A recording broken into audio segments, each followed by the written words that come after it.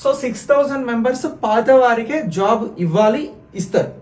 అది ఎలా ఇస్తారు అని అంటే ఒక ఎగ్జామ్ కండక్ట్ చేసి ఇస్తే న్యాయపరమైనటువంటి చిక్కులు లేకుండా ఇవ్వచ్చు అనేది ఆలోచన.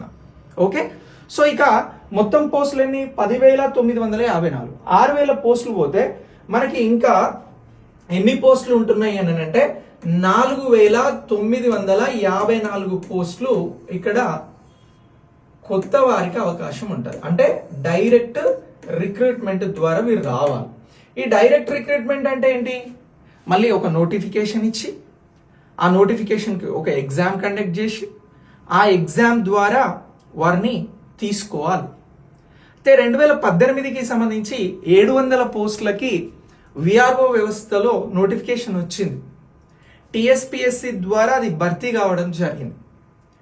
సో దీని ప్రకారం జనరల్ స్టడీస్, కామన్గా ఉండేటువంటి జనరల్ స్టడీస్ సిలబస్ ఉంది.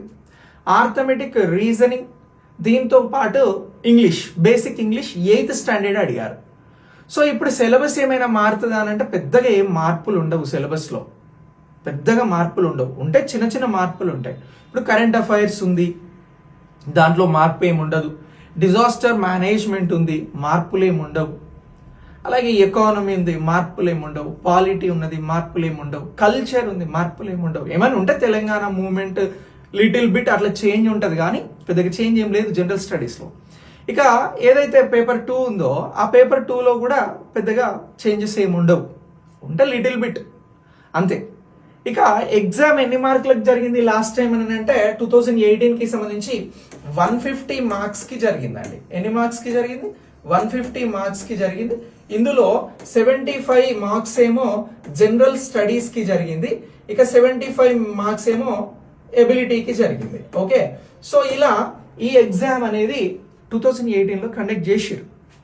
అయితే టీఎస్పీఎస్సీ కొత్తగా వచ్చేటువంటి అన్ని నోటిఫికేషన్స్కి సంబంధించి మార్పులు చేయబోతుంది, అది వాస్తవమే.